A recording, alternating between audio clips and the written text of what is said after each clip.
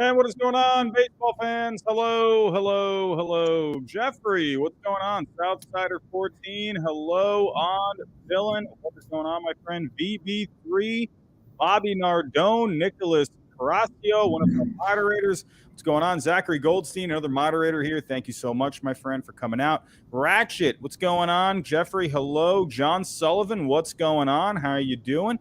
What's going on, everyone? Hope everyone had a good start to their week. Hope everyone did not have a too bad of a case of the Mondays today. Josh, how we doing? So far, so good. Off to a great start on the week. Yankees got the win this afternoon. I was watching that during work. I know we're going to be touching on the starting pitcher in that game here soon, but yeah, great start to the week. Great start at work. How about yourself? Yeah, man, oh man. I mean, you know how much I've been just dying at work this year. I'm 2 weeks and 2 days away from summer vacation. You know, I'm going to be honest with you. Last summer, when, that's when the channel really started picking up last summer was, I think we ended up getting to 10,000 subscribers in June, I believe, or July. It was somewhere around there. But man, it was so fun just waking up every morning and just being able to just focus on baseball. Like, that's what I just really liked. I liked every morning. It felt like I was making 2-3 videos a day. And summer vacation last year, it was fun. Wake up, go to the gym, whatever, go get a coffee, go make a video or two. Just, it was a lot of fun last summer. So I'm really looking forward to summer vacation. I am not doing summer school this year. I would rather run in front of an 18-wheeler truck. I am giving myself an actual summer vacation this year. I did that last summer. I even did it part-time. And yeah, I wanted to just I did not like it. Nope, did not like it. Anyway, so really excited for that. Anyway, so we have a lot to talk about tonight. We weren't here last week. Everything, and it was my fault. I ended up, getting behind on my own stuff last week, so I had to push the power rankings to Monday. And then it just felt like, you know what? Let's just wait till next week. But here we are. We're back. So here to talk back about and better than ever. Wait, what? Back and better than ever. Back and better than ever. So, as everyone can see, Josh is a big Yankee fan, and Nestor Cortez today had himself quite the start. What are you thinking about Nestor Cortez this season so far? I mean, it's pretty cool to see. Yeah, definitely. I mean, that's like the first question that everybody's asking Aaron Boone is like, where is this coming from? Did you feel like this was gonna what's going on? And he's like, I'm not surprised. I mean, I'm not surprised. It's like, if we were talking about this 14 months ago, then yeah, but this guy's been legit since the middle of last year. He got it rolling. He had that funky delivery. He was like playing around with his delivery last year. He's not doing so much of that this year. He's just kind of going straight to the point. He's challenging guys, going straight after guys. The only start I think that he's really struggled in this year is the last one where he was in Toronto. Other than that, he's been on. He's been lights out. Today, 7 1/3, 11 strikeouts. He did have the one inning where he walked 2 guys. He had 4 walks overall. He just had a hell of a start, and I love seeing him. I mean, they were talking to Rizzo after the game, and Rizzo said he's a leader. He's not just this 5th starter on the team. He's a leader in the clubhouse. They love playing behind him. He's having a hell of a year, and he's. We saw that play earlier in the year where he's diving, head first into first base to get the out. Yeah. He quotes saying, there's an athlete under this shirt, under this body, there's an athlete. So he's just a fun guy, and I love watching him. Great player. Yeah, I mean, Cortez, even coming into today, his numbers were just phenomenal. A 2.47 FIP, a 1.82 ERA. Not going too deep into games. He went into the 7th inning one time this season. This hasn't updated yet. Usually Fangraphs updates around like 5:30, 6 in the morning. So we won't see those numbers in his game log until tomorrow. Excited to see what his game score is going to be. I'm sure it's going to be better than what he did against Baltimore when he struck out 12 in 5 innings. He had a game score of 72 in that game. So I would imagine, how many strikeouts did he have today, did you say? I can't fully remember. 11. Oh, yeah. He's definitely going to have his highest game score of the year. So excited to see that tomorrow. But overall, I mean, honestly, just a good win for the Yankees today. They needed every bit of what he did today. I mean, 1-0.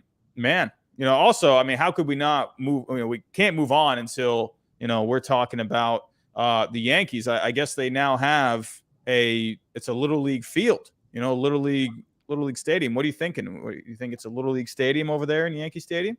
Yeah, we've been there. I've been there a couple times. I never once went there and thought it was a Little League field, but I like the comments from Woodward, and he quickly backtracked on that today. Like, I was just joking around. It's like, all right, buddy, we were tweeting at each other, and I was sending like the Michael K pictures that Michael K was like, having a great day. Oh my God, those are so funny. And who was it? Hoodie Gleyber or whoever that was, or Hoodie Tanaka or Playoff Tanaka, whoever it is. Yeah. Gabe. Yeah, that was tweeting that out. Funny stuff. That was probably the best one he's made. Yeah. I mean, I want to talk just quickly before we move on, because this is obviously not a Yankee channel, or Yankee podcast, or Yankee YouTube, but Just shout out to the pitching in this series. I mean, they got pushed back because of the weather. So basically, the doubleheader yesterday, early day game today, their offense scored 5 runs in 3 games, and they won 2 out of the 3. I mean, that's insane from the pitching. So great job. Great job with the staff and the bullpen over these last 3 games. Oh, yeah, and then, they had the doubleheader yesterday. There was a ton of doubleheaders this past weekend. My goodness, so much rain. Yeah. But, the Yankees, sure, they did fall in one of the games, but ended up having that Gleyber Torres walk-off. It feels like Gleyber Torres now is really finding his role on this team. I'm not finding the box. Oh, you know why? Because it was a doubleheader. Duh. But he's really finding his role on this team. He's not playing all the time, but he's coming up big when it counts. What are you thinking about Gleyber Torres right now?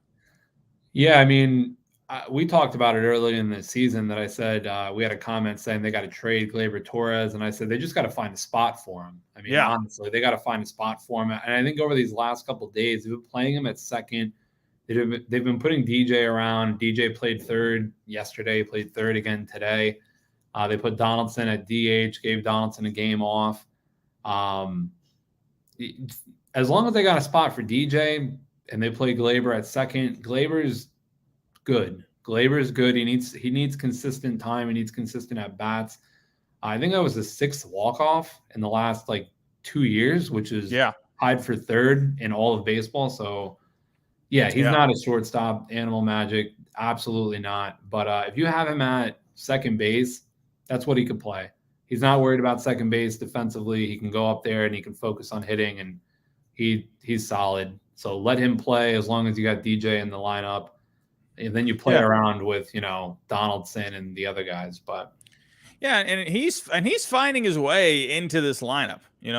That's what's good is they are finding at bats. Maybe he's not getting as many plate appearances, as guys like Aaron Judge or, Rizzo or Stanton, but they're finding the time for him to play. And when he is playing, he's got an ISO percentage of 215 right now. That's pretty solid overall. I mean, he doesn't have a high batting average or a high on base, but his slugging is okay. It's 443. He's coming up with the big hits and, hits that really mean something. He's not just hitting, little singles here and there. He's hitting doubles. He's hitting home runs when he's coming up.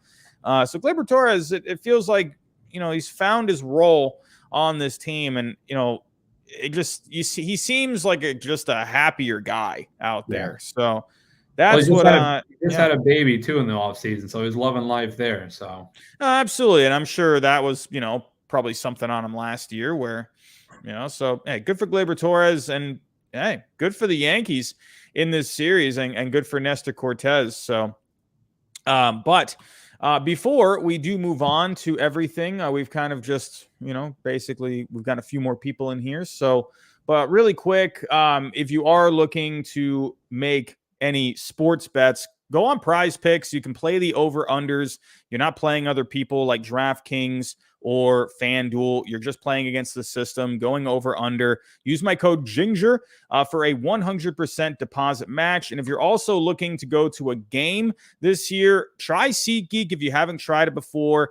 And if you do try it, make sure you use my code HYDE. You get $20 off your first purchase. I have used SeatGeek before. I actually used SeatGeek when I went to the Red Sox-Rays opening day game back in 2018. I got an fender bender, and I didn't even get to the game until the 5th inning. So, but I will say SeatGeek definitely helped me out when it came to getting a good deal on a ticket. Unfortunately, it was wasted because I had to rear end someone. I hate everything. Anyway, so, but let's move on. But really quick, before we kind of move into the series that are coming up and some players to keep an eye out for, let's kind of just go over some power rankings really quick. I thought one little thing I feel like we could do, because I've noticed that Fangraphs now, they are actually starting to do their power rankings. So I noticed this last week, and Fangraphs, they do great work over there. So I feel like it would be kind of cool to look at, maybe not look at the whole thing, just maybe look at the top 5, top 10 real quick and see which one maybe we agree with. I mean, I know everyone agrees with my power rankings. I mean, those are the best ones out there. What can I say? man, I think I had like 10 dislikes on yesterday's power rankings. I made some people unhappy yesterday. So I know. Hey, whatever. I'm crying myself to sleep every night. You can go cry yourself to sleep too. Join me. Anyway, but let's take a look here really quick. Major League Baseball, they came out with their power rankings. Here we go. I'm so used to using Streamlabs, so I always go to try to hit the button on I have a little controller thing here, and I forgot I'm on StreamYard. So let me share the screen. Here we go. So taking a look here. When it comes to Major League Baseball's power rankings, we are seeing the Dodgers back on top. I had the Dodgers at number 3. I'm sure a few of those dislikes I got yesterday were from Dodger fans, but they come in at number 1 on MLB.com. The Yankees come in at number 2. Josh, I know I'm making you happy. I put the Yankees at number 1 on mine. So interesting. They did bump the Yankees up by 1. They were 3 the previous week, and the Dodgers ended up staying at number 1. The Mets actually fell. So I did the same thing. I flip-flopped the Yankees and the Mets, but instead of here at 2 and 3, I did it with 1 and 2. So Dodgers number 1, Yankees number 2, the Mets at number 3, the Brewers coming in at number 4 on MLB.com's power rankings. That's where I put the Brewers as well. And they have the Rays actually at number 5. I actually really like that. That's higher than where I put the Rays. I had the Rays coming in at number 7 on my power rankings. And you know what? I wanted to put the Rays up higher. You know how I feel about the Rays. I feel like they're just overlooked all the time. And I think you would agree as well with the Rays, right? Yeah, I mean, looking at the top 5, I think the top 3 you could put them 1, 2, and 3. Any ranking you want. Yankees, Dodgers, and Mets. I mean, you can't go wrong 1 through 3 on those. Yeah, there's an argument for anyone. Yeah, the Rays. You know, I know how you feel about the Rays. You know how I feel about the Rays. They're the peskiest team in the major leagues, and they just go out there and win. I don't care who's playing. I don't care who's starting. They just win. That's what they do. They just are there and they play hard and they win. And they had a great weekend against the Mariners. I mean, to be honest, going into this series, I was like, well, the Mariners are gonna, they might do something. They're at home. Rays said, no, I don't think so. They just came in and dominated. They dominated at Oakland as well. Yeah. They had a hell of a weekend. So they're definitely top 5. Oh, they almost swept them. They were right there in the 9th inning, and then the Mariners. Hey, they found some of that late inning magic from last year. They came through in the end there, had the Abraham Toro home run to tie it, and then Ty France ended up getting the whatever it was. It ended up being a double, I guess. But he won the game for him. So, but I actually do like the Rays here. I did want to put them up higher, but the way I always do my power rankings, I go on a week-to-week. I mean, they go on a week-to-week basis here too, but I'm a little more conservative with mine. I don't like to make drastic changes on my power rankings, whereas maybe other power rankings, they like to move teams up way more, or drop teams way more. I like to kind of do more of a progression to that way. I like to give teams, like for instance, I had the Giants at number 5 on last week's power rankings. They had a bad week, so instead of just dropping them out of the top 10 completely, I'll drop them a spot. Some other teams maybe drop them a spot, or other teams that did well maybe jump up a couple of spots. But I will make an exception for some teams because I also look at the stats. I'm not just looking at wins and losses. I'm looking at offense. I'm looking at starting pitching, relief pitching. How clutch is that team?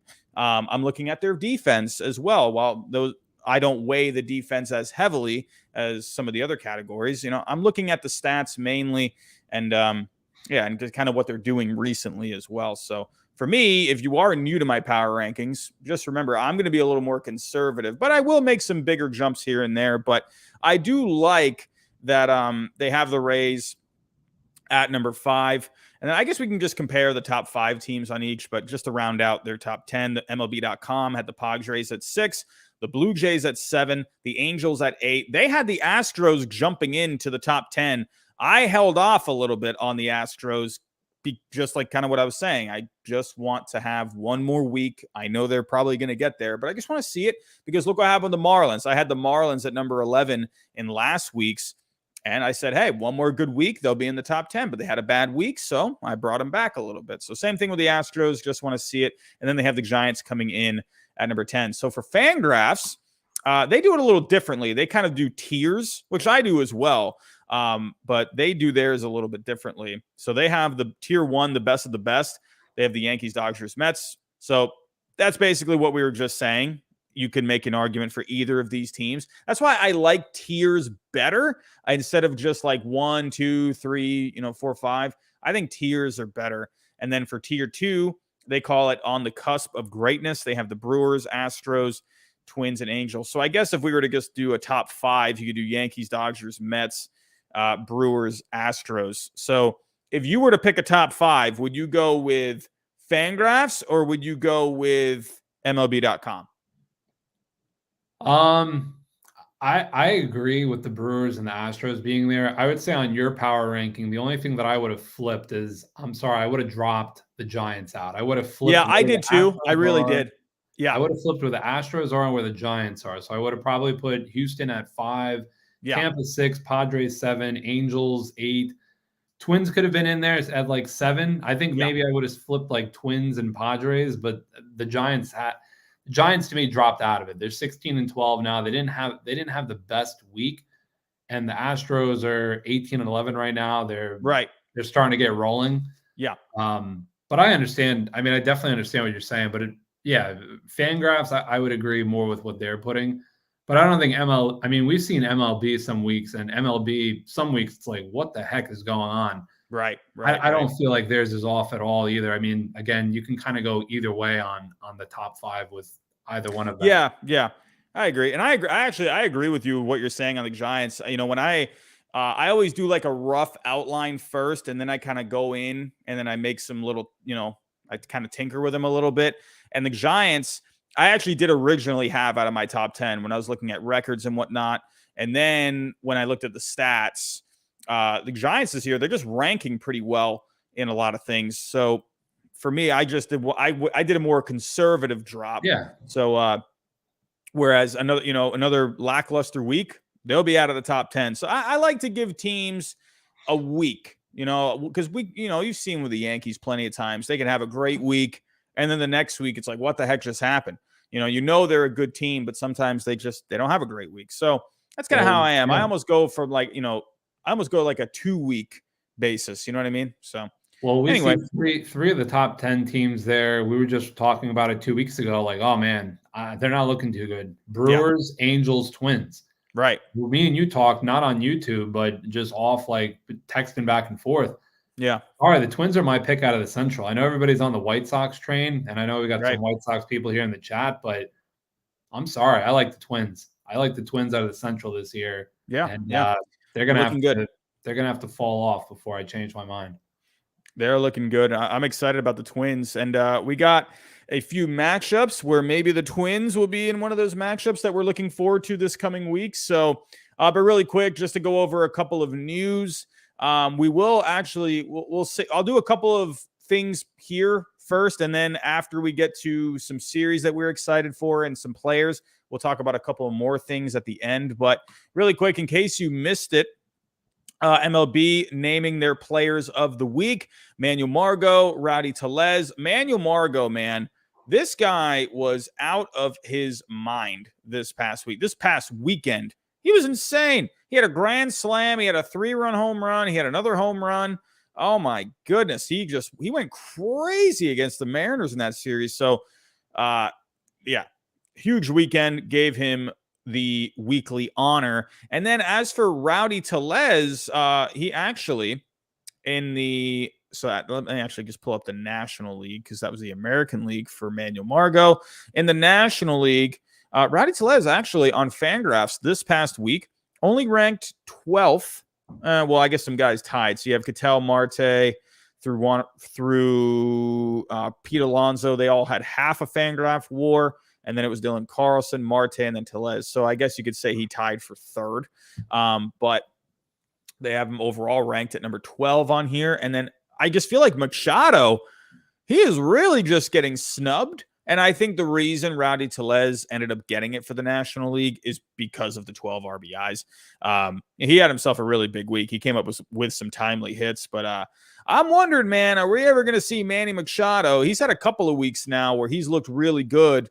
His Fangraph WAR is actually, I think, twice now ranked at the top for a whole week, and he has not gotten the weekly honors. So I agree with Margot. I think you can make an argument for the National League. What are you thinking here? Do you agree with Rowdy Tellez getting that honor, or would you rather have seen one of these other guys? Yeah, I mean, I agree with you in the fact that it could have went to anybody on top of Tellez there, but Tellez had a great week. He did. The nod went to him because of the 12 RBIs. I mean, that's like by far anybody else. I think the second highest was 8. Yep. He just was driving in runs. He had a hell of a week. Yeah. Machado definitely. Machado, I feel like, has been slept on since coming over to the Padres. He's almost been second fiddle behind Tatis and everybody else. And people forget, this guy was top dog in Baltimore for years. Yeah. Remember when he went to the Dodgers? I mean, that was like, everyone was wondering, where's Machado? When he was a free agent, where's Machado going to go? He had Harper there too, but I mean, but he's just been overlooked since Baltimore days. I mean, he went to LA for that half a year, but he's overlooked. But I mean, everyone on that list right there, stud after stud after stud. So Brendan DH in the chat. I remember when Manuel Margot was the hottest prospect ever. I fully remember how hot of a prospect Manuel Margot was. Man. It's good to see that, because this guy was looked at as a really good player, more of a glove over a bat kind of a prospect, but people thought the bat would eventually come through. It's definitely coming through here. That is for sure. So, but overall, another thing with Rowdy Tellez too, he did lead the week in the National League in RBIs. He also had the highest ISO percentage. So he was hitting a lot of extra base hits. Let's actually see really quick. He was tied for the lead in doubles last week, but with 4 doubles, he had 3 home runs to go along with it. So that's where he edged out everyone else. He had the home runs. He was hitting extra base hits. He was driving in runs. So good for Rowdy Tellez. I'm okay with him getting the weekly honors. So, but all righty, let's get back to it here. So let's get to some series to keep an eye out for this week. There's a couple of good series here for this week. Josh, I will let you go first. What matchup are you looking out for? Yeah, there's a lot of great series this week. We both have a list. I mean, you can't go wrong whoever you're going to start with. My player of the week is going to come out of this matchup, and we're going to touch on some pitching matchups that we're looking for also. But I'll start with Astros Twins. We just were talking about the Astros. We just were talking about the Twins and the power rankings in the top 10. Mm-hmm. Both teams are 18-11 coming into tonight. The Twins are leading the Central. The Astros are a half game back of the Angels in the West. Great series. And then pitching matchup to look up since we're talking about this series. Tomorrow night, Verlander versus Ryan. Both of those guys are pitching out of their mind. Both are 3-1 with a mid-1 ERA. Just an awesome series to start off the week. Yeah, Joe Ryan, 1.63. Verlander, 1.93. Both of these guys, it's going to be interesting to see how they do against each other. But this is definitely top series for me to look out for this week. Yeah, this is, it's funny. I haven't really heard too much about Verlander this year, and believe it or not, I feel like we haven't heard much about the Astros really a lot. I mean, they were kind of floating around there, but they have been red hot lately. I talked about them last night. We just talked about them earlier, where, like I said, MLB.com, they thrusted them into the top 10. For me, I'm just waiting on another week, but this is a big week for them. This is a test. Both teams 18-11. I want to see what the Astros can do in this series. This is exactly the kind of series where I had the Astros at number 11 on my power rankings. If you win this series, you're in the top 10. You're in the top 10. The Twins are a good team. I did the same thing with the Yankees. I basically made a promise when we did the power rankings last Monday where I said, hey, if the Yankees, if they take 2 out of 3 against the Blue Jays, if they win that series, I'll put the Yankees at number 1.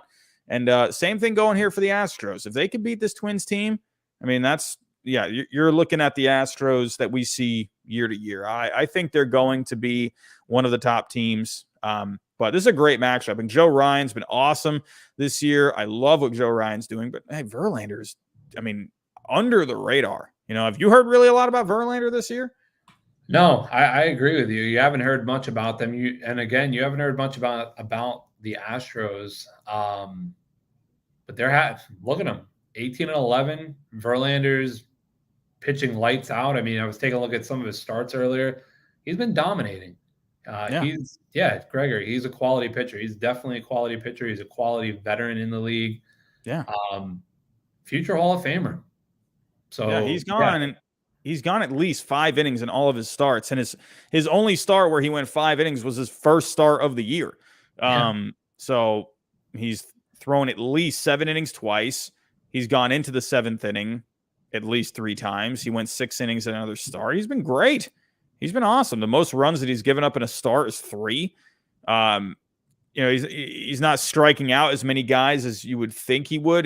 He's gotten to 8 at 2 points this season. So, but man, Verlander is he's killing it. He's killing it. He's 39 years old, and he's still, like Draftneck Mark likes to say, aging like fine wine. So this is what the Astros were missing in the postseason last year. I really think if the Astros had Verlander in that World Series, that definitely could have gone a different way. What do you ever think about that if they had Verlander in that series? Oh, definitely. If Verlander was pitching like Verlander can pitch, and he was healthy in the World Series, and he was on that team last year, easily would have went to a Game 7, and would have been a toss-up between who was going to win. Yeah. I don't think it would have been that easy of a Braves win, because you figure he's starting 2 games out of that series. Yeah. And depending on who he's going up against, those could be 2 wins easily. Yeah. But I'm definitely excited for this one. This is a good one. So let's move on to one that I'm excited for. I am really excited for. I think that started tonight.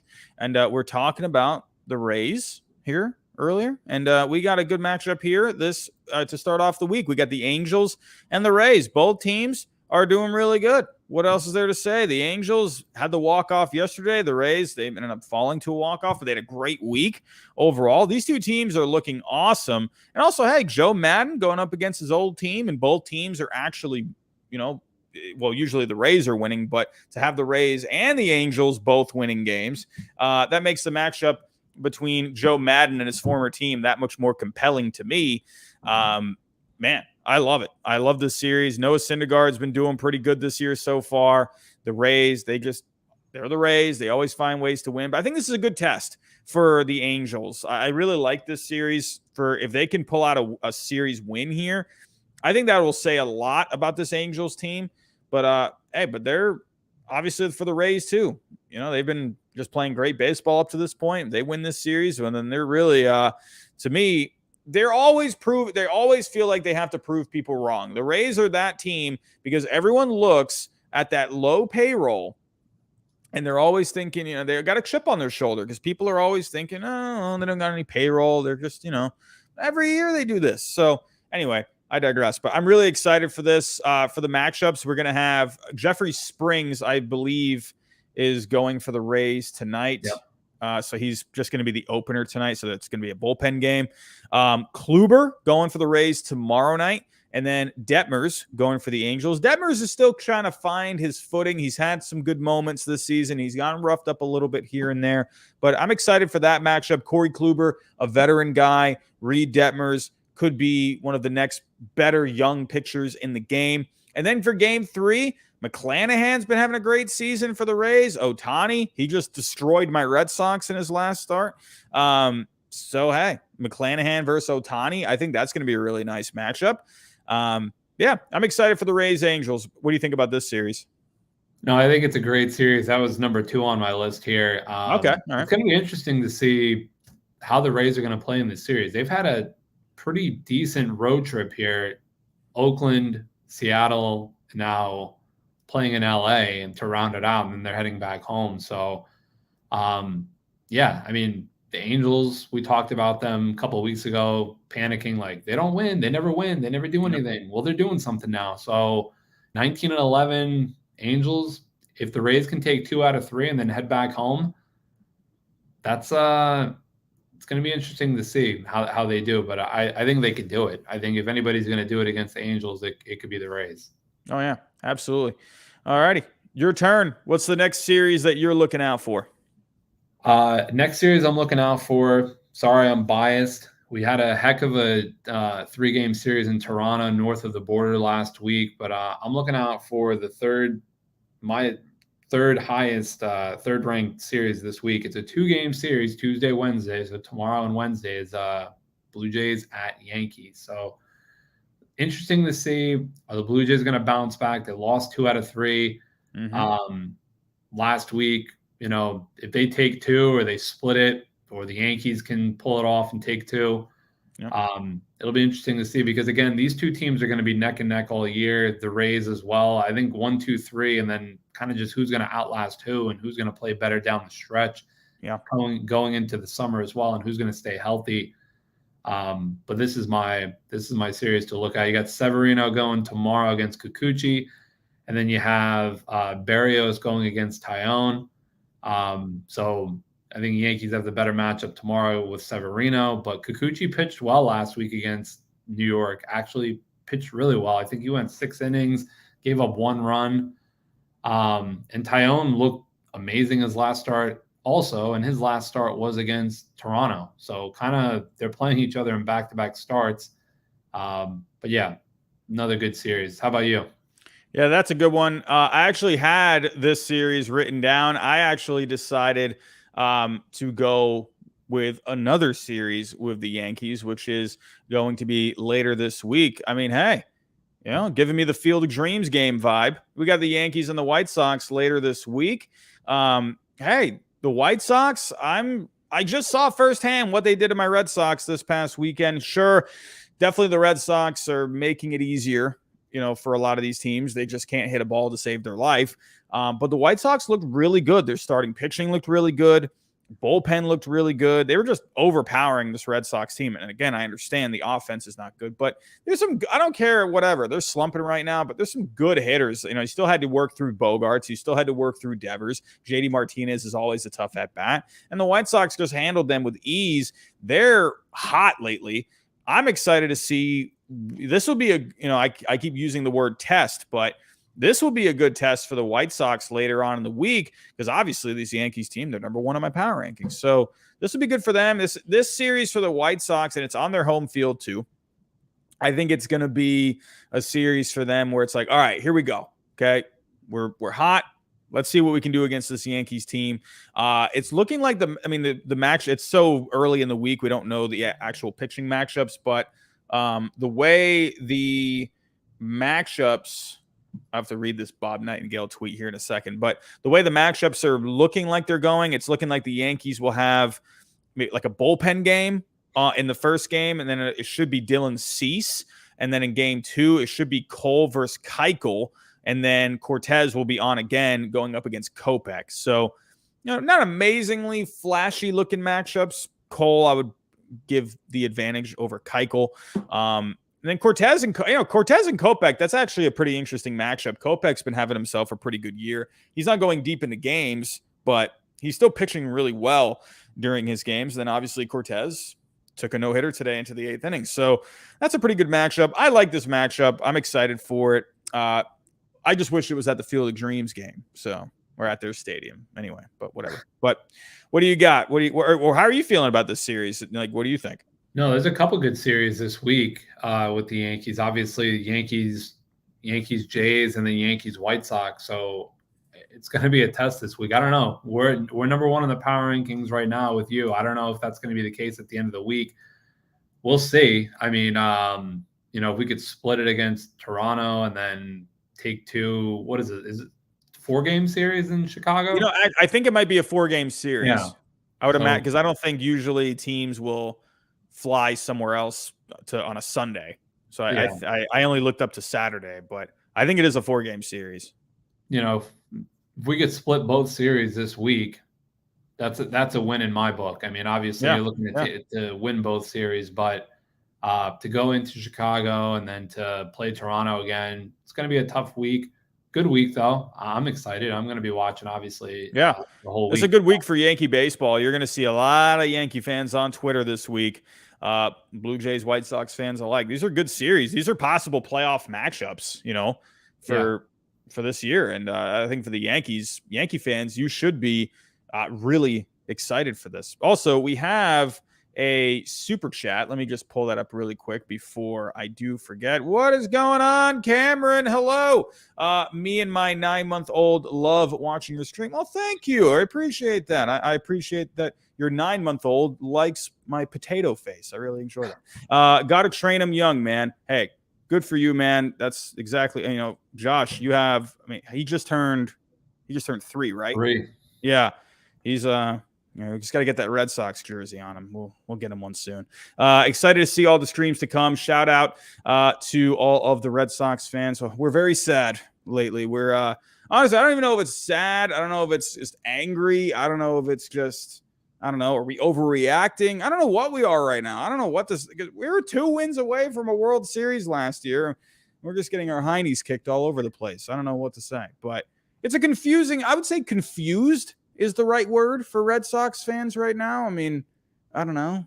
But either way, Cameron, appreciate you watching along with the 9-month-old. That's awesome, man. Congratulations on that. That's awesome, man. So, but let's move on to another series. It's my turn. Here we go. So I like this. It's funny because I was just talking about this on the power rankings last night where in hot takes last week, I had a hot take where actually me and you, we both love kind of going back in time. So I'm actually interested to see what you think about this one. This is a back in time hot take. Usually the hot takes that I get every Wednesday are like right now or whatever, or like future, like prediction kind of hot takes. But this one was a go back in time one. Do you think if the Mariners had held on to Ken Griffey Jr., do you think they would have won a World Series? Now, because you got to remember, if they ended up getting Mike Cameron back in that trade. So, and he was really good in 2001, and Griffey actually did not have a great 2001 season with the Reds. I believe he was going through some injuries that year. So actually, people I would imagine automatically they're thinking, 2001, they won 116 games, throw Griffey. But the thing is Griffey didn't have a great season in 2001. But I want to see what you think about this one. And you should know this season better than a lot of people. 2000, the Yankees, Mariners, they ended up playing in the playoffs. The Mariners had a pretty decent team that year. They actually weren't that bad. They were right there with the Yankees in the end. Ended up being the Yankees and the Mets. I think if Griffey had been with the Mariners in 2000, his first season with the Reds in 2000 was really good. He was a 5-win player. I think do you think the Mariners could have beaten your Yankees in the playoffs that year to get to the World Series if they had Griffey? Brendan DH, yeah, man. Griffey with Ichiro. Man. Yeah. That didn't happen in 2000. Ichiro wasn't there in 2000. Oh, yeah, that's right. Yeah, in 2001 it would have been good, but 2000, yeah. 2000, Griffey had an insane year. I'm just looking up his stats because I knew he had a crazy year that year. He had 40 home runs, 118 RBIs.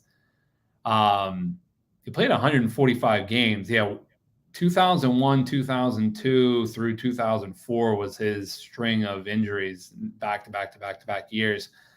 But if you're looking at that, like obviously he got hurt in Cincinnati. Who knows if the same thing's gonna happen with him in Seattle. I'm not gonna pick them against the Yankees that year. That Yankee team was insane. They just came off of the 98, 99. This was like they were just a locomotive. They were taking down whoever. Yeah, they were just taking down whoever they were going to play that year. But yeah, I don't think in that series it would have made the difference.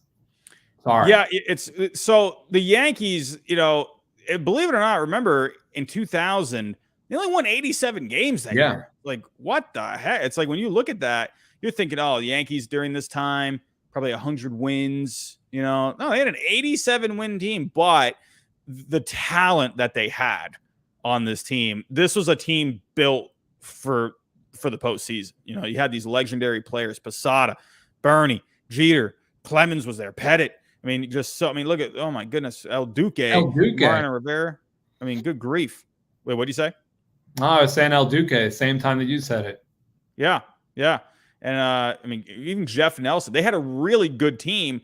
They didn't really show too much. And it's funny, an 87 win team, this time, or actually, shouldn't that be 88? Or was there not a game that was, I guess maybe there was a game they didn't need to make up or something, but because that's 161 games. Am I doing my math right? Yeah, that's 161. So anyway, but that record, 88 wins, that usually you're not getting in the playoffs this time around. So, but the question is, would have Griffey propelled the Mariners past the Yankees in the ALCS that year? When you look at how Griffey was in the year 2000 when Cincinnati hit 40 home runs, 118 RBIs, he was a 5.5 win player on Fangraphs. Yeah, usually, with pitching, definitely seems to,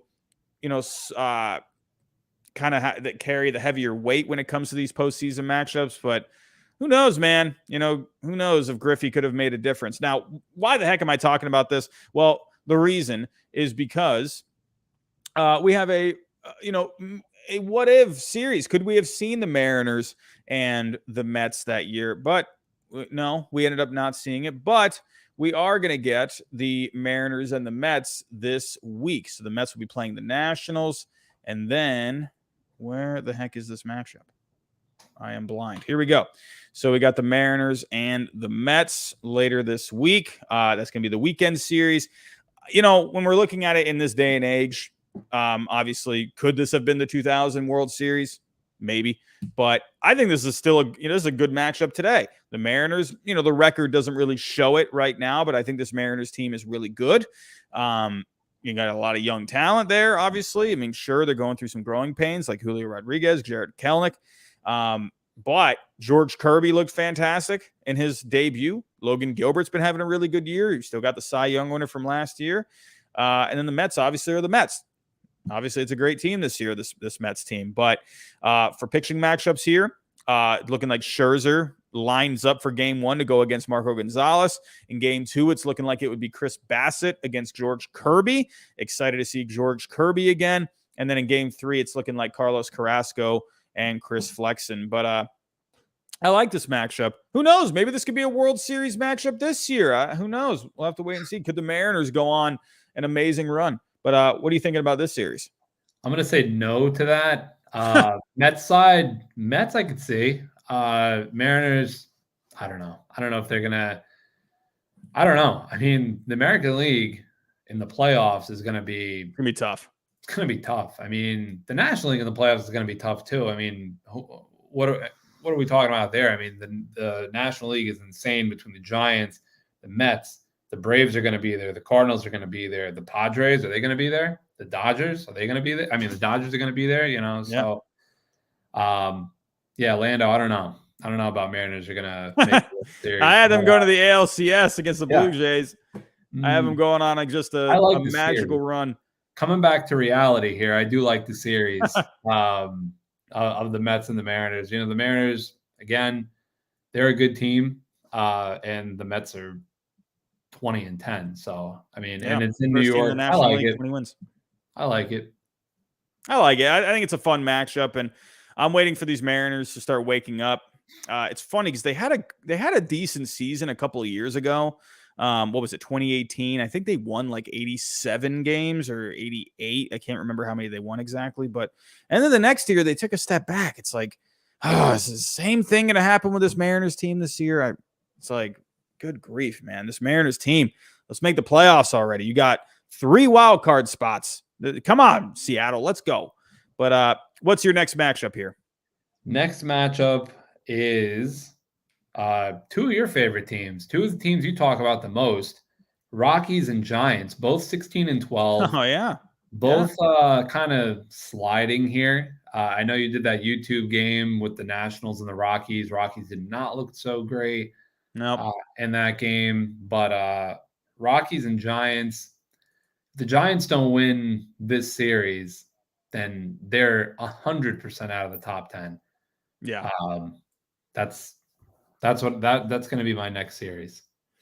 Yeah, I like it. I like it. It's a good matchup. Carlos Rodon's pitching tonight for the Rockies. They have, look at Gomber. Got him back in the Arenado trade, which, hey, the Rockies, they won that trade. I digress. But Austin Gomber, he's actually been looking all right this year. But when it comes to this series, I like it because both of these teams, they're kind of right in the thick of things in the middle. Got the Dodgers and the Padres above them, but this whole National League West, man, look at the National League West. We're going to talk about this other team here in a second, but look at this. Everyone's over 500. I mean, sure, the Diamondbacks are 5 out, but they're 1.5 back in a wild card, 7-3. But look at the Giants and the Rockies, both 16-12. Rockies more trending more up, and the Giants are more trending back. But the Giants actually did win 2 in a row. They started off the week really bad, but they salvaged their week with at least a couple of wins there against Seattle. So I like the series. I think it's a good matchup. It's obviously a divisional matchup. It's right in the thick of things. So I like it. And one more series that I'm going to talk about is we're just talking about here the Diamondbacks, where we have the Diamondbacks and the Marlins. These two teams are trending in opposite directions right now. Lots of young talent on both of these teams. They got veteran talent as well. But if we take a look at the standings, like we just said, Arizona, they're 7-3 in their last 10, and the Marlins, they're 3-7 in their last 10. The Marlins were hot in the previous power rankings. They made it all the way to number 11 on my power rankings, and now they've fallen back. And now the Diamondbacks, in my power rankings, they went from 25 to 20. They made it to the next tier. This Diamondbacks team, really excited about Alek Thomas. Just made his debut yesterday on Mother's Day. But this is a good matchup. I like this matchup a lot. I don't know. What do you think about it? Diamondbacks honestly surprising me this year. They're not playing out of their mind. They're 15-14. They're just hanging out around 500. But honestly, if I was looking at them at the beginning of the year, I didn't think they would. I would not think that they were going to be where they are right now. But they're off to a good start. 15-14. They could definitely play well in this series, Arizona, Miami. Yeah. So interesting to see where they're at in a week at this time next week. Yeah. It's funny. I was looking up. I found 4 tweets where I said, don't sleep on the Diamondbacks. The first one I made last November, and then I made a couple during the offseason, and then I made another one when Seth Beer had the walk-off home run earlier in the year. I'm telling you all, don't sleep on the Diamondbacks. Their starting pitching is really good. Bumgarner, he got thrown out in his last start. But you got Zach Gallen just completely tearing it apart. You got Merrill Kelly pitching really well. They got guys that are just pitching. Their starting pitching has been really good this year. Really like what the Diamondbacks are doing. I know a lot of people, obviously they had a really bad year last year. But to me, when I'm looking at a lot of these guys on this team, I'm like, there's a lot of talent on this team. And the fact that they didn't make any moves in the offseason, people were wondering, they're going to trade Ketel Marte. Maybe they'll even trade Madison Bumgarner somewhere. You were seeing a lot of trade rumors with the Diamondbacks players, but they hung on to all these guys, and they went and signed Melanson. They signed Ian Kennedy. And I'm thinking, what? This Diamondbacks team, they must be onto something here.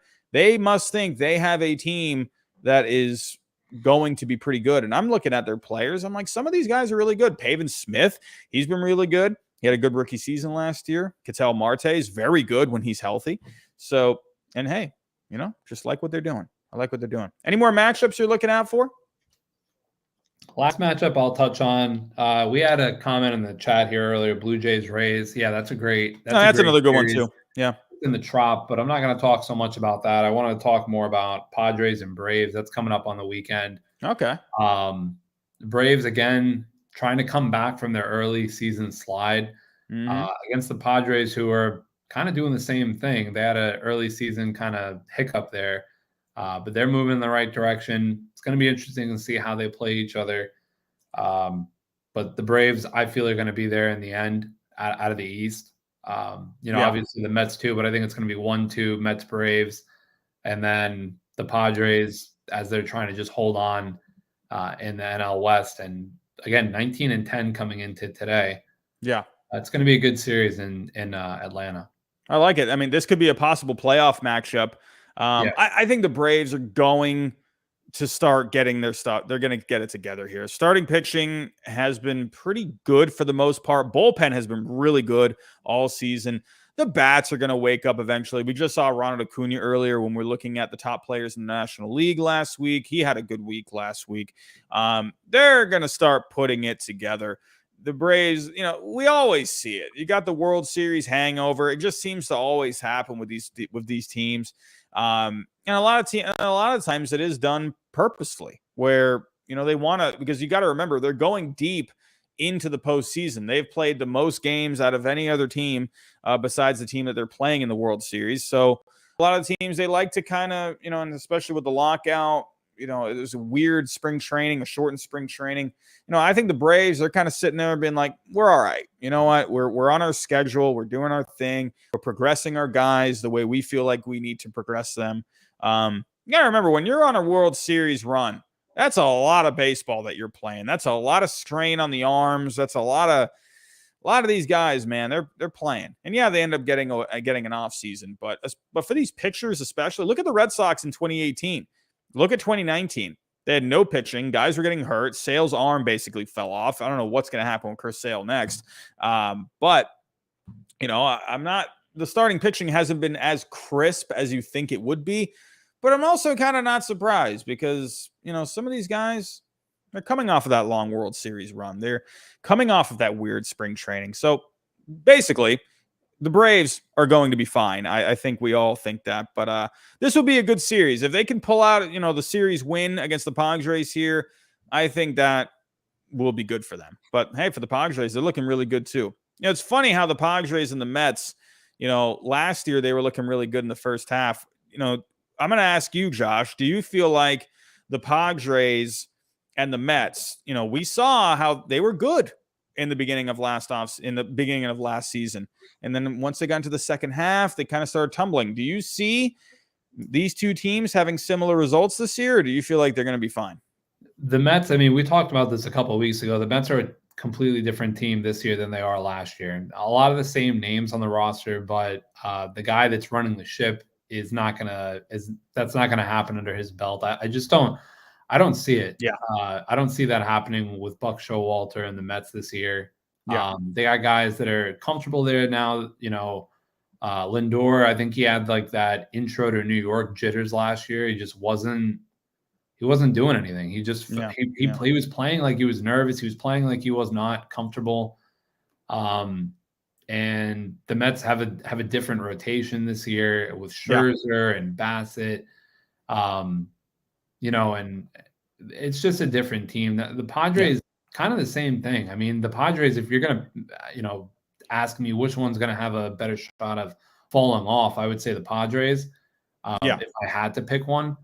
But they're not the same teams as last year. But, I mean, it could definitely happen. Baseball's a long year. But the Mets, I just don't see it out of them that they're going to fall off like they did last year. Yeah, I think the Mets are going to end up being fine. And the Mets also have some resources in that minor league system as well. And for the Padres, I think you said the biggest one. It was funny. As I was doing the MLB Game of the Week on YouTube, they asked us a question. It was a poll question.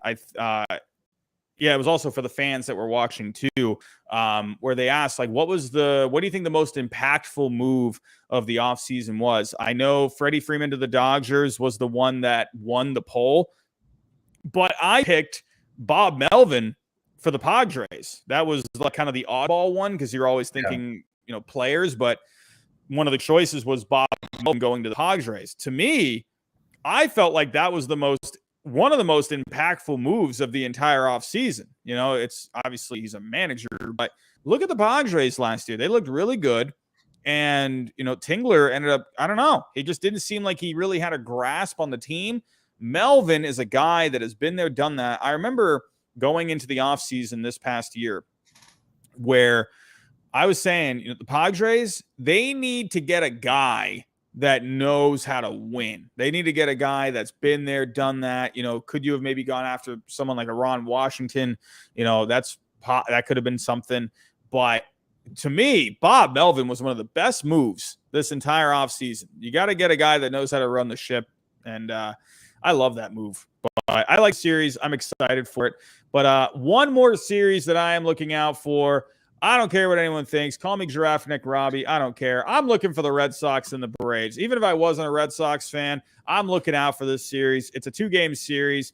I'm going to have to hold back a little bit on some ranting. I did a lot of it last night, but to me, there's some things that we need to do with this Red Sox team. I'm going to be honest with you. I hate that Garrett Whitlock is starting. To me, Garrett Whitlock, this reminds me of Jonathan Papelbon back in 2006. You remember Jonathan Papelbon? Remember, you know full and well, Josh, that we had Keith Folk. He was our closer. 2006, got up. Papelbon came up in 2005. He was working out of that bullpen. He wasn't a big piece, but he was a late season call-up, and he was helping them out down the stretch. 2006, Keith Folk was the closer. He was getting banged around by the Rangers in the beginning of that season, and then Papelbon took over. And then he never looked back, because they were using Papelbon. They were working him into the rotation in spring training heading into 2006. They wanted Papelbon to be one of the starters. And he was actually working as a starter in spring training. They said, all right, Keith Folk, he doesn't got it. Papelbon, go. Just go do it. And then he never looked back, ended up being the greatest closer in Red Sox history, one of the better closers of all time. I'm seeing something very similar right now with Garrett Whitlock. This is a guy where if you look at the Red Sox rotation right now, in the 9th inning, if you go to Fangraphs and you do the splits, for relievers in the 9th inning, the Red Sox right now have a 4.73 FIP. That's not looking too good. That's not looking too good. So that overall ranks 27th. They're actually fine in the earlier innings. They're looking pretty good in the 7th. They look okay in the 8th. They're looking okay in the 6th as well. They need a guy for the 9th. You were just at the game with me in Tampa Bay. We saw Hansel Robles coming in, and he couldn't do it. The Red Sox cannot hang on to it. I need to ask you. I don't know. I'm pretty passionate about this. Let me know. Would you make Garrett Whitlock the closer of the Red Sox? They got to get into the starter. If you're going to do that, and you're going to take Whitlock and put him, because to me, Whitlock is a unique piece on the team. He's like a Michael King for the Yankees. He could close, he could do long relief, and he could start if you need a starter. They're using him right now as a starter, and he's doing really well as a starter, Whitlock. Yeah. He's a 5-inning guy. Maybe he can get 6 if he's like on a low pitch count, but really like a 5-inning guy who's just gonna shove it for 5 innings. And he's been doing that so far. But it's like, if you're going to put him as the closer, then who do you have as the other starter? So who's there? The Red Sox starting pitching, besides Whitlock, has looked really good. They got a guy down in the minor leagues. They got this guy in the what trade was it with the Phillies? I'm going blank on the name. Sure. Oh my God, I'm going blank on the name. Brandon. Why am I going blank on this name? Someone help me. They got the reliever. Yes. Well, I'm forgetting his last name. Oh, I know who you're talking about. Oh my God. What was his name? Brandon. Oh my God. They traded him to the Phillies, and then he ended up just completely burning out. No, not Brandon Woodruff. What the heck was his name? Brandon Workman. Yeah. Workman. They got Connor Siebold back in the Workman trade.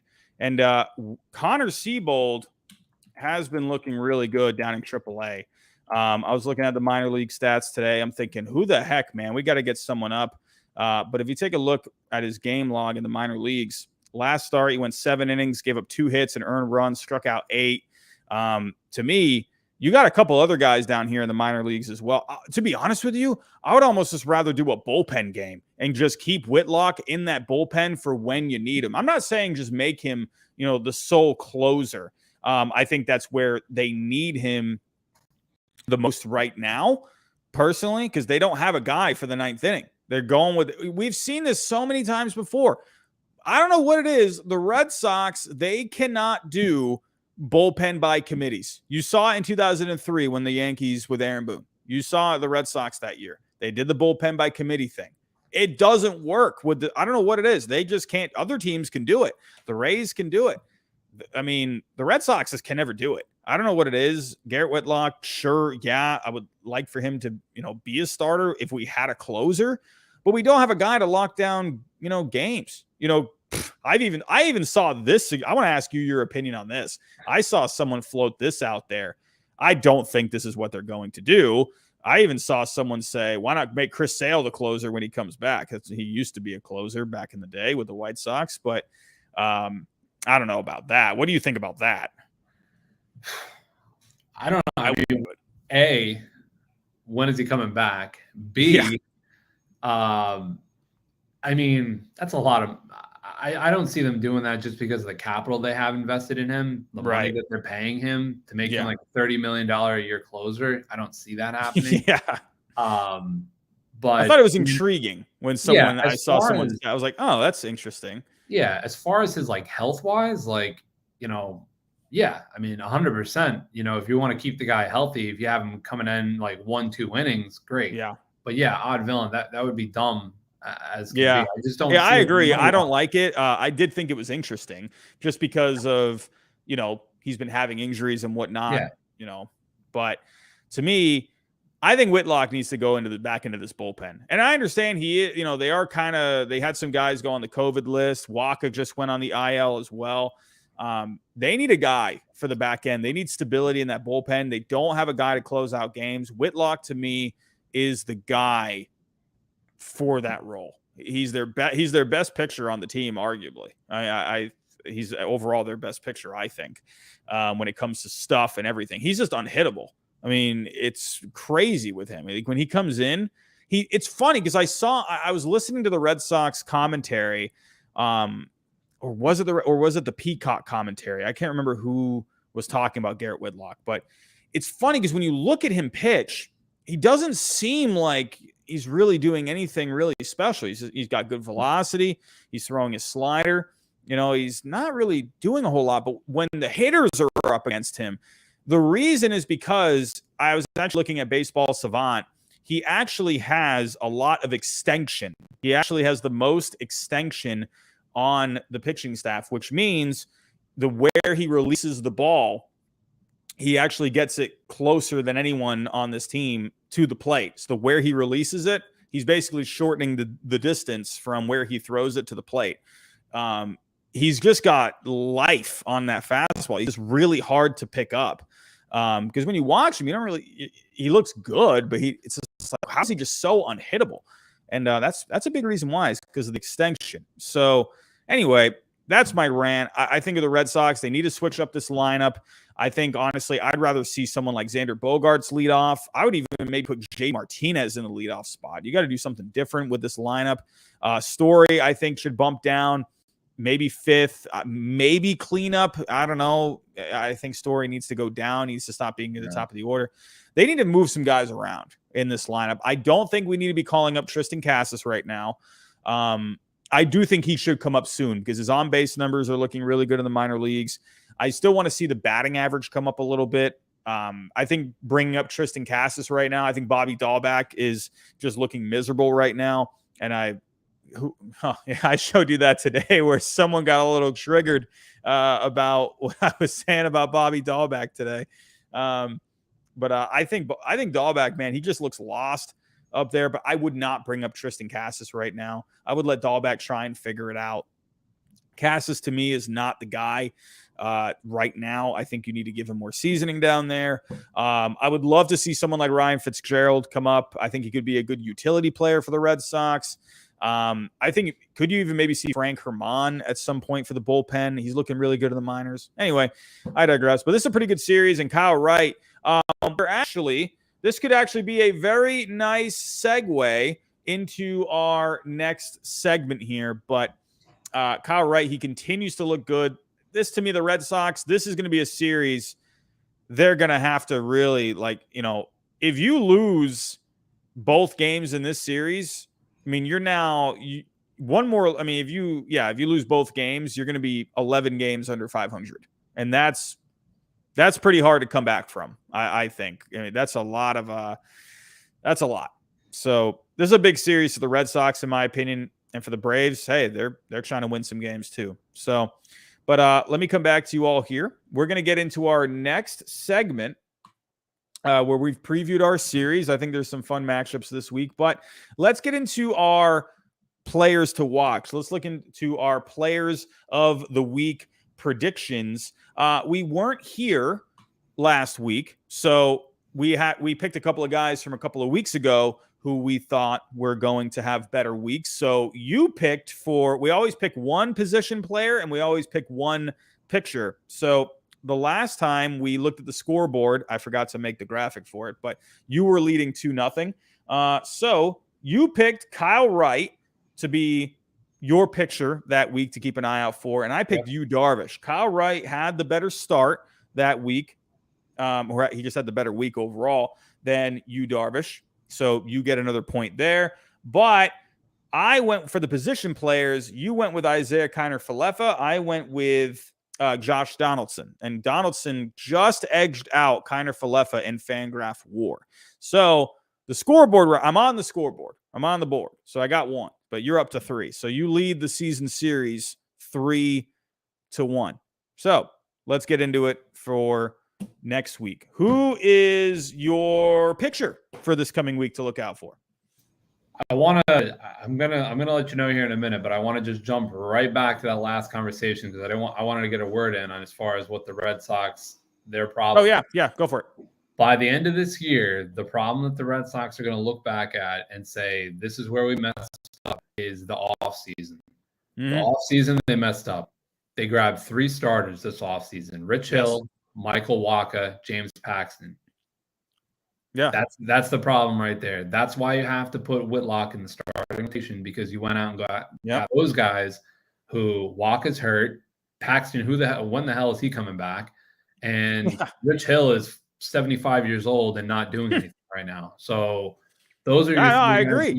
If you would have put money, so they paid, what did they pay Paxton? 11 million, 10 million? It was like 10 million for a year, and there's like an option on there as well. Okay, so if they would have put the 10 million that they paid him and the money that they're paying Wacha and Hill and went out and put money on Rodon, someone else, like combining that salary to get one of those guys, there it is right there. They were banking on Chris Sale to be healthy, which that didn't work out. Yeah. They were banking on one of these guys to come back and have a rebound season and actually do something. And neither of them have done anything. And that's the problem. Yeah. And that's all I'm going to say about that. But that's I agree. It almost kind of makes you think, like, I wonder what Bloom was thinking in the offseason. He's a smart guy. He knows what he's doing there. And I almost kind of wonder, did he see this year as possibly being a bridge kind of a year? Because he's looking at how good this Blue Jays team looked. He's looking at how good the Yankees looked, the Rays, obviously. And he's thinking, man, like Story, I think, was a good investment. He's off to not a great start. I do think Story is going to end up, he's not going to be like a Carl Crawford. I think Story is going to end up being fine. He's going to be fine. The bat fits perfectly at Fenway Park. Got to remember with a lot of these hitters, man, they're, short springs, whatever. Nolan Arenado, we saw it with him going to St. Louis. He had good numbers with St. Louis that first year, but his on-base numbers were down. His slugging was down from what it had been previously. I think Story is going to end up getting back to some pretty good numbers eventually. So I'm going to give him some time. But I'm wondering, because he was out there for Freeman too. He was looking out there, he was on the Freeman market. They were there. I'm wondering if he was looking out there for starting pitching, and he's just thinking, I don't know. Not really. He probably just didn't think a lot of it was worth it. So he's like, all right, well, I'm going to just go sign a couple of these other guys and let's see if it just works out. And if it works out, great. And if it doesn't, well, all right. You got Paxton for that option year. They're still waiting on a couple of guys in the minors. It almost I almost wonder if Bloom looked at this season as kind of like a bridge almost. It kind of feels that way, because really this team should not, at least on paper, should not have gotten to where they were last year. They shouldn't have. They had a good team, but if you look at how they did in the second half last year, the Red Sox weren't amazing in the second half. They were, they kind of, they limped into that offseason. They ended up, getting there to the ALCS, but they had to win that last game against the Nationals just to get in. So, and again, that's where we were talking about the Yankees earlier. When you have that talent, if you just get in, when you have those talented players, anything can happen. And obviously we saw it with the Yankees in 2000, winning 87 games, winning a World Series. The Red Sox are kind of like that. They have really good postseason guys, guys that had been there in the postseason, guys that had won a World Series. So the Red Sox just getting there was not the easiest. And I wonder if Bloom kind of thought to himself, I don't know if this team can really get there. I'll sign a few guys, see if they can turn into anything, see if we can, get some magic. But I'm kind of starting to wonder that a little bit. And, I don't know, but I still think there's time. Don't want to jump off a bridge just yet. But yeah, I'm going to be honest with you. Even if the Red Sox end up going, let's say they go to 15-30, right? Whatever. You know how many bad seasons I've seen over the last 10 years? I had to see Bobby Valentine ride his bike off into the sunset after that season. Good grief. I've seen a lot of the 2011 season where you sat right next to me and watched me basically just die after that game 162.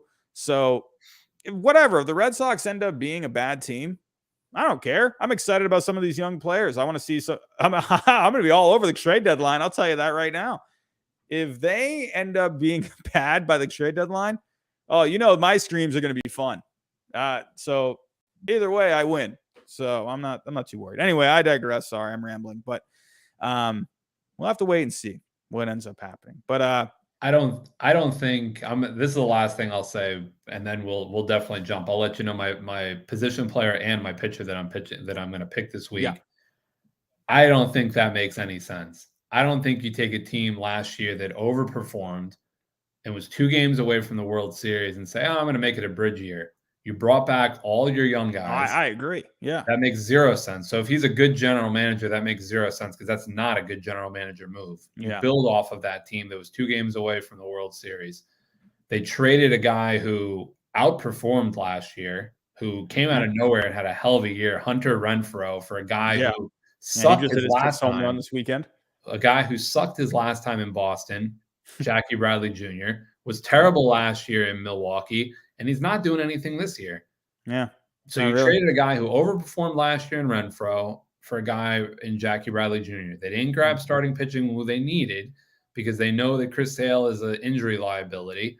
You go out and you go get Paxton and Rich Hill and Waka, like I said. That's their problem. So if you're thinking like, oh, well, this is a bridge year, then you shouldn't be the general manager of the Red Sox. No. Yeah, I agree. And I don't like that. That's the one thing Bloom, he's been on the record as saying, he's like, we got to pay attention to today, but we also have to pay attention to the future.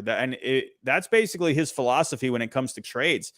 The Jackie Bradley Jr. trade was exactly how Bloom said he was going to look at trades. He wants to get something for now, and he wants to get guys to the future. One guy that I'm really excited about who they got in that trade was Alex Benelis. He's a third base prospect on the Brewers. He ended up getting, I think, a shoulder injury earlier on in his career. I think he fell down in the draft. But this he's got one of the, he's ranked near the top in home runs in the minor leagues right now.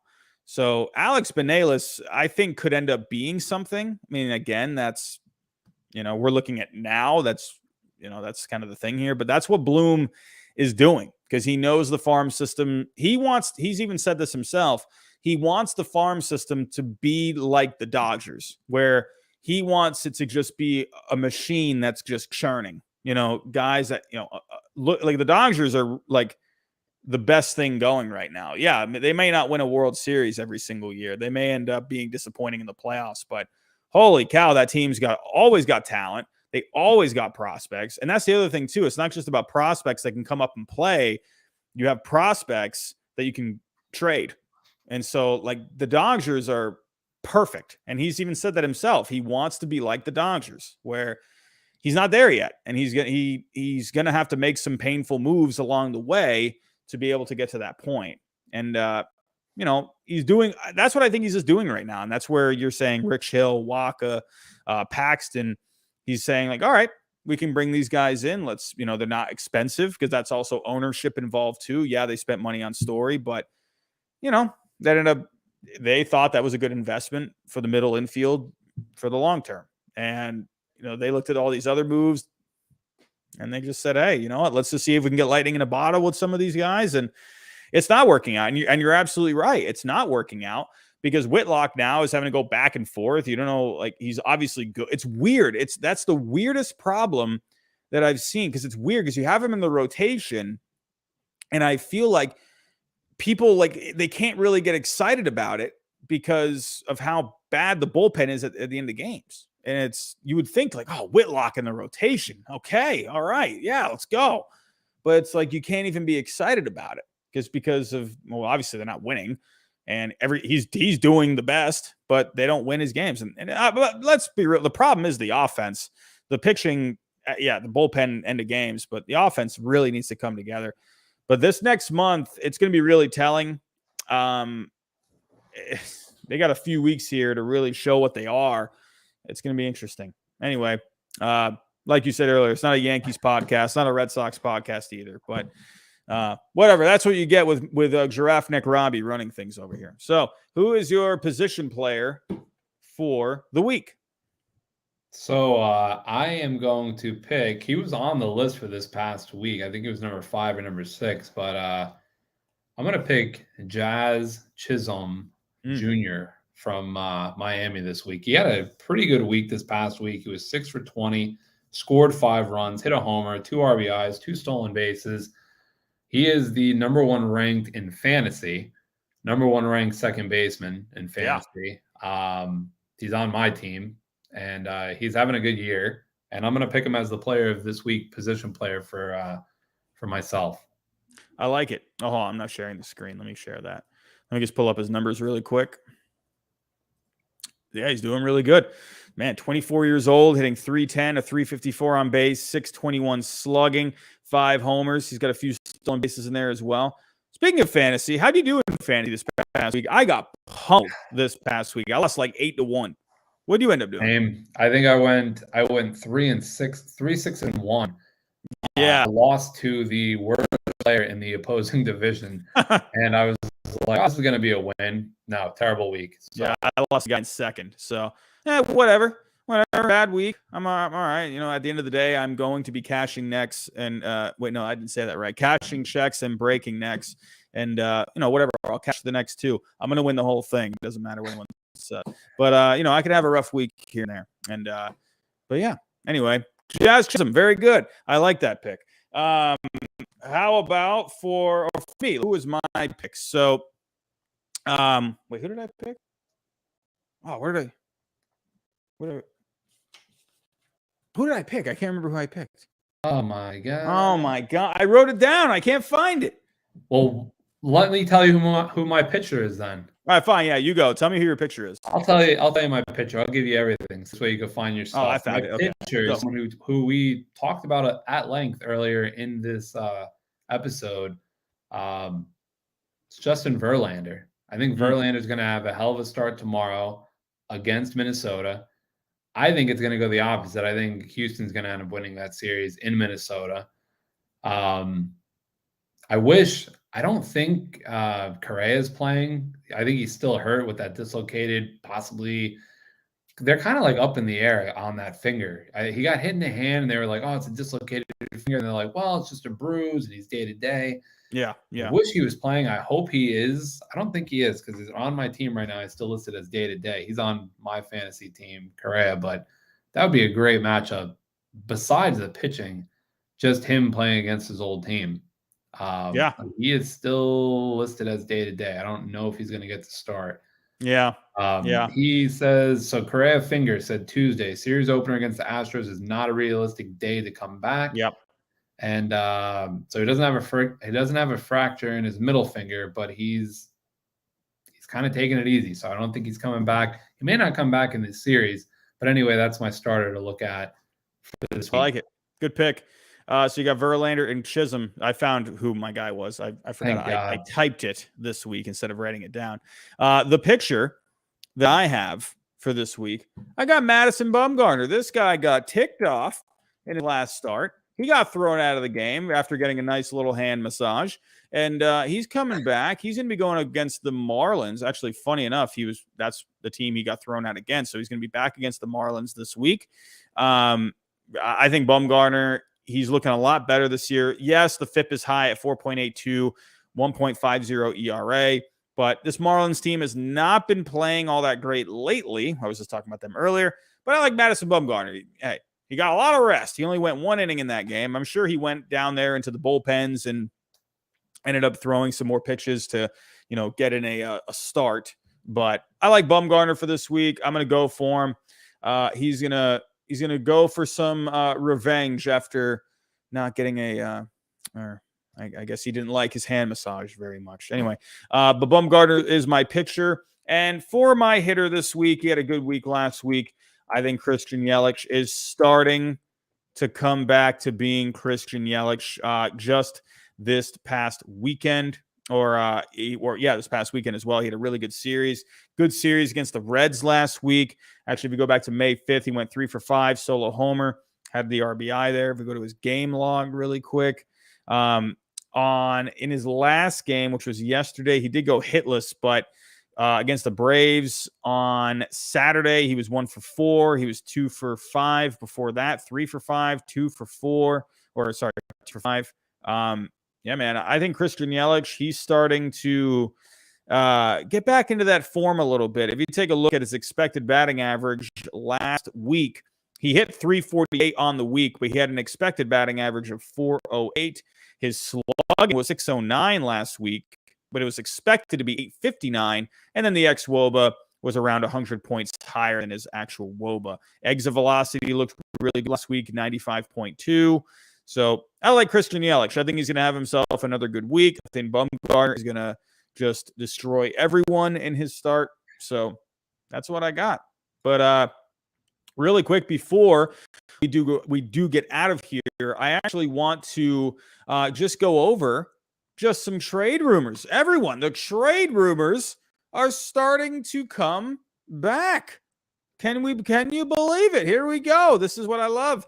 But Peter Gammons tweeting out earlier that some club people say the Reds now willing to talk Luis Castillo and Tyler Mahle. Interesting. Well, not very interesting because these guys have been on the market for a while now, but the Reds, obviously, with how bad they've been playing, to me, it's just like obvious because really what leverage do they have at this point? They can't say, I guess they could say they would want to hang on to these guys, maybe for next year, but let's be real. These teams, Castillo is getting closer and closer to free agency. Mahle's got a couple of years. Teams know that these guys are going to be up for grabs. But what I find interesting here is he also mentioned here the Dodgers will move David Price to give him a starting opportunity. Because honestly, when you're looking at the Dodgers, how much is David Price even pitching? I haven't even heard about David Price, what feels like for 2 years now. Where is he? Is he even, what's going on with David Price? Oh, he's on the COVID list. So with David Price this year, he's pitched 5 games out of the bullpen. He's not really doing anything. So sounds like he wants to go back to being a starter where I think he could end up, being a guy for a team down the stretch. So look out for David Price being, say that again? Red Sox. Oh, God. I would love that. Oh, man. Dennis Eckersley would love that too. But then also he mentions here, A's are going to hang on to Frankie Montas for at least a couple of months. So, which I'm not surprised at because to me, the A's, I guess there was a report the White Sox were closing in on him. We were actually live when that story was breaking and that ended up not happening. But to me, I'm not surprised if they didn't trade him in the offseason. You might as well hang on to him until especially a starting pitcher at the trade deadline who's pitching well. You might as well hang on to him. And because it's going to be a bidding war for Frankie Montas at that time, his value, whatever his, I guess, baseball trade values, they think his value is at around maybe like $40 million. Teams are going to end up overpaying for him because he's a good arm and he's going to give you innings and good innings too. So out of all these, Josh, we got David Price, Frankie Montas, Luis Castillo, Tyler Mahle. I mean, if you were to make your pick, if you feel like, well, let me ask you this first off. Do you think the Yankees should end up going for a starting pitcher by the deadline? No. No, you like where you're at? No, I gave you the short answer there. I don't think they need a starter unless somebody's hurt. But knock on wood. I mean, unless somebody's hurt, I don't think they need a starter right now. I think they've got Cole, Severino, Tyone's been well, Montgomery's been pitching well, and Nestor. I don't think you're really missing a piece. If you're going to ask me out of these guys who's going to get traded, I think Castillo, and I also think David Price is going to get traded. I think you will too. I think David Price can. He's thrown 5 games this year, 4 2/3 innings. Give him 2 times out there, and he can get a couple innings. I don't know if he's going to be a starter. I think that's kind of high hopes from him if he's going to go out there and think he's going to just shut down guys for 5-6 innings. I don't see that happening. That hasn't happened now for a couple of years. But yeah, I mean, I don't see him being like a valuable starter. I think he could be a great bullpen guy. I think if you want to grab another guy and say like, oh, let's, get him out there. He's a lefty guy who could throw in there, but I don't know if he's going to be a legit starter in this league anymore. 36 years old, he could. I mean, I'm not going to put anything really past him, but I think those days are past. Luis Castillo, to me, he didn't pitch well last year, and the Reds were not a bad team at all last year. And he didn't pitch well last year, and what's he doing this year? I haven't seen him really that much this year, but no, he's been hurt. He's actually making his debut. I think tonight. Are the Reds playing tonight? Let me go back here. I know he's about to make his first start. I think or was it today? I don't know. I think it was today. Yeah, he pitched his first start of the year. He went to the 5th inning, gave up 3 runs, struck out 5. Man, not a bad first start of the year. He was hurt, so he's not someone I would give up a ton for anymore. A couple of years ago when we were having this conversation, like, oh, the Yankees should go after him or someone should trade for him. Yeah, that's different. He's not that guy anymore. Yeah, he's not that guy anymore. He's a classic Castillo. Yeah, he's a classic example of somebody who, and I get it. I get the Reds and not wanting to trade him away a couple of years ago. They were building a playoff team. They were in the playoffs back-to-back years. But he's just not the same guy that he was 2 years ago. He's had injury concerns. He had a terrible year last year. And for what they're probably going to want out of him, he doesn't command that anymore. Yeah, I will say with Castillo, his first half last year, his first month last year was really bad. Got off to a really bad start. And he ended up being pretty solid down the stretch. But he definitely was up and down last year. If you go back to 2020, that guy was nuts in 2020. He was really good. But his strikeouts were down last year, even 2019 as well. If you look at those numbers, his strikeout numbers were down. His walks and his home runs came up a little bit. So it's going to be interesting to see. That's why I don't think you're going to see any Luis Castillo trade anytime soon. I think it is going to be a little bit because I think teams want to see what he has. I think, because his numbers were trending in a different direction last year. So we're going to have to wait and see. But if you end up getting 2021 Luis Castillo, I don't think that's a bad guy to have in your rotation, and he's not expensive. He's not going to be a lot of money to have. He will cost you some prospects, but actually, where do baseball trade values have him? I don't think he is a high value guy at the moment. So I'm imagining his value has dropped a little bit. So let's go Castillo. So yeah, his value has definitely dropped. It's at 57.5 or 57.5 million. It used to be way higher. It was in like the 80s or the 90s at one point. So it definitely has gone down. So it will take some the good thing about Castillo is He is good. Like, he's going to be good in your rotation. If you have Luis Castillo as a 3 in your rotation, that's pretty nasty, honestly. Like, if you have him as a 3, that's really good. So I definitely think teams will be on him. Again, you're going to have to wait and see what, how he ends up doing. But I definitely think he could end up being a pretty good piece. And don't forget about Tyler Mahle as well. He had a really good year last year. His ERA is looking a little high right now, but his FIP is a lot lower. So keep an eye out for Tyler Mahle. I think he ends up getting himself straightened out. But David Price is an interesting one. I'm going to ask you this. Could you see maybe the Rays making a trade for David Price?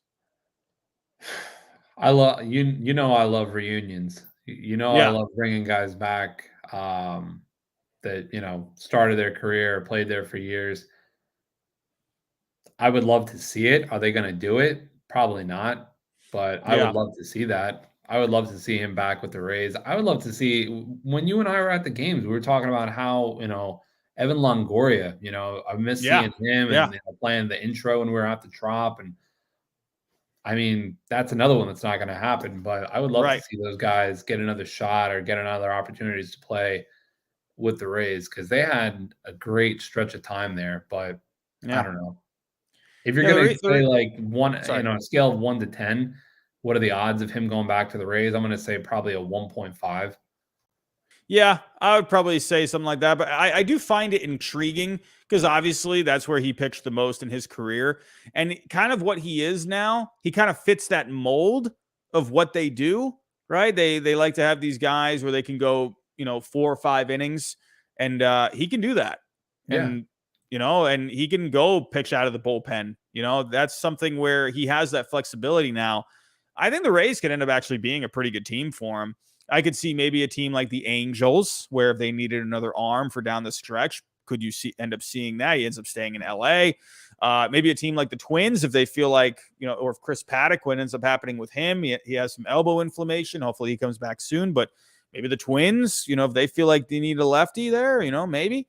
So I'm going to be honest. I would love to. I would hate to see it, but I mean, whatever. My Red Sox are probably not even going to be involved anyway. But I think David Price on the Rays could be pretty fun. That could be a fun reunion. Montez, I think, is going to end up being the what do you call it? The prize. He's going to be the prize of the deadline. I think he's going to be the top guy that everyone's going after because he's not expensive. He's not going to be a lot on your payroll. He has a couple of more years of control. He's going to cost you some prospects, but he's not going to be like a boatload of them at the same time. He's going to cost you a couple of good ones, but I could see Montez, man, a lot of teams, if they feel like if they're a starter away, from being that kind of a team, being a actual contender, I could definitely see something like that. If we're looking at overall FIPS right now, I could end up seeing, Montez going to one of these like top teams where, you don't necessarily have to have bad starting pitching to go after him. He could end up being one of those guys like for the Dodgers. The Dodgers aren't getting Trevor Bauer back, or it's not looking like it, at least for this year. Suspended for 2 years. Who knows if he can get that brought back down. But I could see the Dodgers going after Frankie Montez. They got the best starting pitching right now. Or they lead in FIP. I could definitely see that. Maybe not the Giants. They tend, they did go after Chris Bryant last year. Maybe, that if you go to LA or San Francisco, Montez ends up staying out in California. I think the Yankees, you can never count them out, but I kind of agree with you. The Yankees probably really like what their rotation is looking like, but hey, too much starting pitching isn't exactly a bad thing. Could the Brewers maybe add to their riches? Probably not the Mets, I would imagine, unless someone gets hurt. The White Sox, they were in on him before. Could they reinvigorate those talks? Maybe the Braves feel like they need another guy for the rotation. The Twins, we're just talking about with Price. Maybe if Paddock ends up not coming back, could the Twins go after him? So, I could see Montez going to one of these top teams because he's going to give you really good innings, and he's just going to add to an already good starting staff. So if you were to pick a team Where do you think Montez ends up going if you're to pick one team? Man, one team. We talked about this a couple weeks ago. I still think the White Sox. Yeah. I still think the White Sox. And if you were going to say plan B, I would agree with Gregory. I'd say the Giants. That would be my plan B looking at that list. But I still think the White Sox. I don't think they're going to give up Vaughn for him. I know we talked about that a couple of weeks ago, like 1-for-1.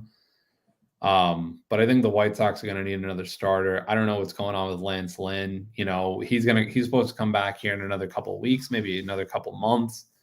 But if he's not, or if these guys, other guys get hurt in the rotation, they need another starter. You need another starter. I mean, yeah, they're the team that just pops out and makes sense for me out of that list. And then another team too. My bad earlier. I always forget to do this because on FanGraphs you can pick starters, relievers, or all. I had all clicked.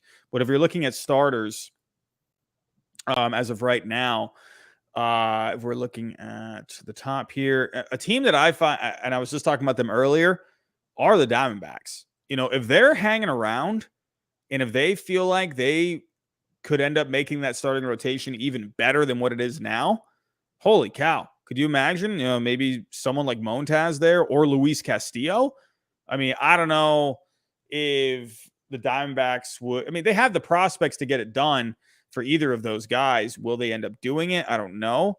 They would have to be in a pretty good position, I would think, to really trade away prospects. They would have to be right in the thick of things. I think for the Diamondbacks to be able to go after someone like Montez or Castillo or any other good starting pitcher to that matter, I would think they would have to have one of the wild card spots locked up, because I don't think they're just going to throw away prospects. Now, with one of those guys, Castillo or Montez, they are under control for next season. So you're not getting him for just a rental. So that is one thing. I could see the Diamondbacks being a sneaky team because they do have prospects. I think people forget about that. They have a good farm.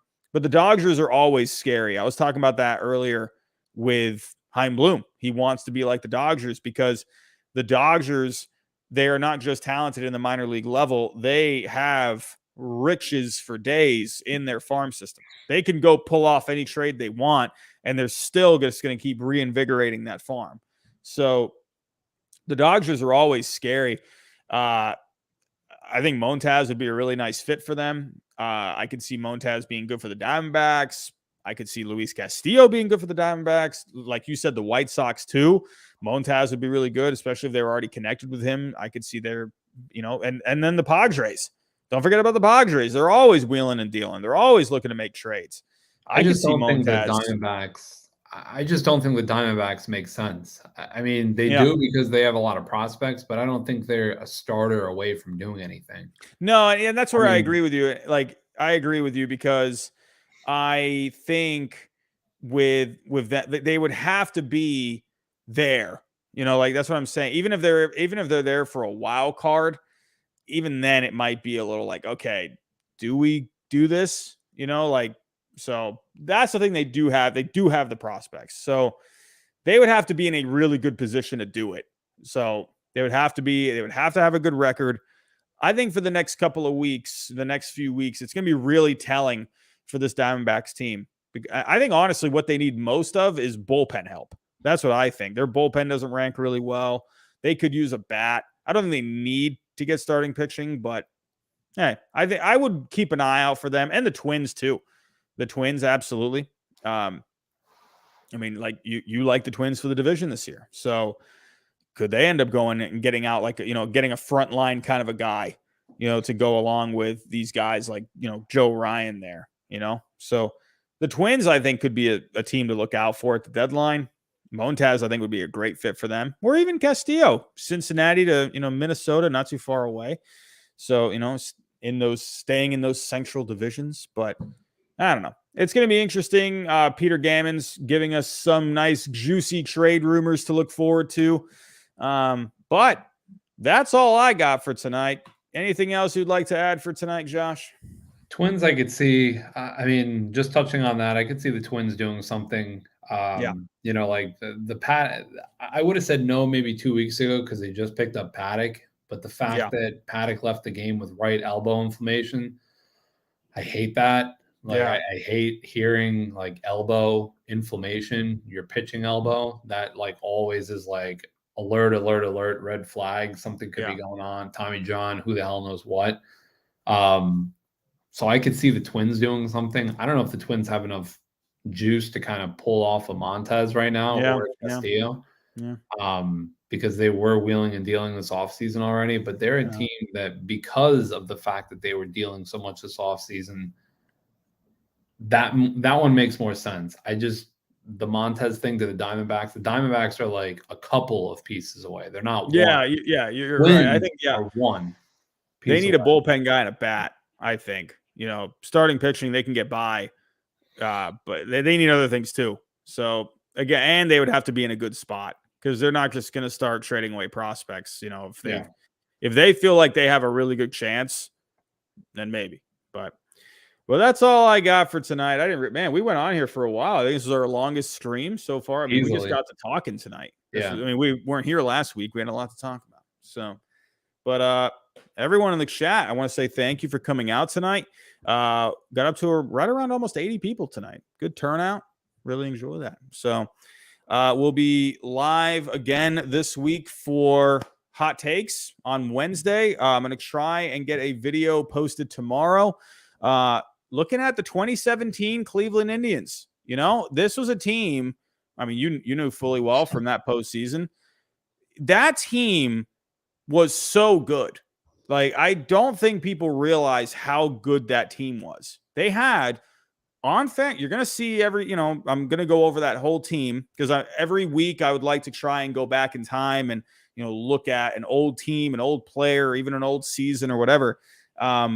And the 2017 Cleveland Indians, they won the last vote. So, but looking back at that team, when you go on Fangraphs, when you look at every rotation for going back to like the 1800s, the 2017 Cleveland Indians had the highest Fangraph WAR of all time. Like, of all time. That's like pretty crazy. Even more than these Atlanta Braves starting pitching staffs in the 90s. That 2017 Cleveland Indians team, they had pitching. Holy cow, they had pitching. You had Kluber, you had Carrasco, you had Bauer, Clevenger, you had Danny Santana, you had Josh Tomlin. They had a 6-man rotation, and all 6 of those guys, and he had a Cy Young winner in Corey Kluber. Carrasco was really good that year. He pitched in that division series. I think one of his starts were really good, and then I think they got to him a little bit in another. I can't remember exactly, but that was a good team. They won 22 straight games that year. Holy cow. It's funny because they were 47-40 after the first half. And in the second half, they just exploded. They won the 22 games. They had the most wins that year in 2017. Everyone always remembers, obviously, the Astros from that year. And then the Yankees, that's a team talked about by Yankee fans a lot because obviously it's a what if kind of a team. What if the Astros weren't doing their funny business or whatever? Well, the Yankees were too, and the Red Sox, and a lot of other teams too. But with the Indians, I just feel like that's a really forgotten team, And I think a lot of people just think, oh, yeah, they won the 22 games. They were a lot more than that. Man, that rotation was really good. What do you think of that Indians team back in 2017? Coming off a World Series, too. Yeah, I mean, that was what I was just going to say. The fact that they just came off the World Series in 2016 against the Cubs. I mean, that was an awesome World Series. I think you were going to make a video off of. Yeah, we were watching Game 7 at what was the restaurant? Mexican restaurant. Jalisco? No, that's not what it was. Azteca. Yeah. Yeah. I was going to say, I mean, if you're going to do a video of a recap on something, the 2016 World Series is, okay, I got a little adult dating site. I like that. Oh man. 2016 World Series is definitely a series I would recap, but the 2017 Indians, they were insane. I know, obviously watching that series, I watched every game of that series and the division series. And to be honest, I didn't think we were making it out of that. I didn't think we were making it out of that series at all because of exactly that. Yeah, 2-0 lead too. Yeah. the pitching staff that we were going up against. But the bats, as funny as that is, like the pitching staff, their pitching staff did not show up in that series at all. They did in They the got first couple clobbered. games, or the first game at least. Second game was more offense, but Didi Gregorius exploded in that series. They had that great. Well, it was a good pitching series. One game, the game where Greg Bird took Andrew Miller deep late in the game and they won. Yeah. But yeah, that was a series I didn't think that we were going to get beyond, and the fact that we got Tanaka was beyond huge too. Yeah, the fact that we got beyond that series gave, I think, everybody hope that year. Yeah. But yeah, that was a hell of a team. I mean, the Indians, people forget the Indians because of how like recently they've been disappointing, and the Guardians this year are off to a decent start, but still probably are not doing anything this year. But it wasn't that long ago that they were in the World Series, in the playoff hunt. It's like the Rangers, sorry, the Rangers are another team. If you're going to go recap some teams, those mid 2010, 2014, 2015, 2010 to 2015. Yeah, 2010 to 2015 Rangers. I mean, like that's a team that you look at the Rangers now in the last couple of years since they got the new ballpark and the last couple of years at the end of the old ballpark, just major disappointments. But those teams with Ron Washington at the helm, amazing. So it's just like crazy to think that Indian starting rotation had a 2-0 lead. Oh my God, like how that? It's like I remember at the time thinking, how the heck? But then when I look back on it, it's like, how the heck did they blow that? Like, Bauer looked amazing in game 1. He looked really good. Game 2, you had I think Lindor had the grand slam or whatever, and they had that. The Yankees were up big, and then the Indians ended up coming back, and I think they won in the 13th inning, I believe. And that was the Girardi blown call game, I think, where he was apologizing at the end of the game. Yes. Remember that Girardi? I forgot exactly what happened, but he was apologizing at the end of the game. That was the Lindor game where he hit the grand slam and they came back and won it. Yeah. And then Yan Gomes had the walk-off hit. And then game 3, I think game 3 was 1-0, right? Where Tanaka was that 4? I don't know if that was 3. It was either game 3 or game 4. Tanaka was just out of his mind and just pitched great in that one, because I think it was a 1-0 game. Yeah. And then if I don't know if I'm remembering that correctly, but in the end, the Yankees were able to match. Maybe they couldn't match the regular season pitching from that Indians team, but they matched up well with them in that series where, I mean, in all honesty, that series kind of reminds me of 2003, where the Red Sox, going up against that good Oakland team, they were down 2-0. You came back and won that series. They ended up winning it on the road. And then, everyone in Red Sox Nation, they had hope. And then you go up against this juggernaut of a Yankees team. The Yankees going up against a really good Astros team. It's kind of similar, honestly. And then the Red Sox fell short. The Yankees fell short. And So it was game 3, 1-0, because they were up 2-0. Cleveland won the first game 4-0. Cleveland won the second game 9-8. Yes. That was when basically, the Yankees had their backs up against the wall. It was like, hey, are they going to get swept or what's going to happen here? And that was the Greg Bird home run game. They won 1-0, won 7-3 in game 4, and then won 5-2 back in Cleveland. Yeah. And won 3 straight after being down 2-0. What was it? Gardner had basically the dagger, had the base hit there, and I think the 9th where he drove in a couple, and that basically sealed the deal. Chapman was really good in that series. Holy cow. That bullpen was really good. Man, you had Chapman was really good. Who was the other guy out of the bullpen that year?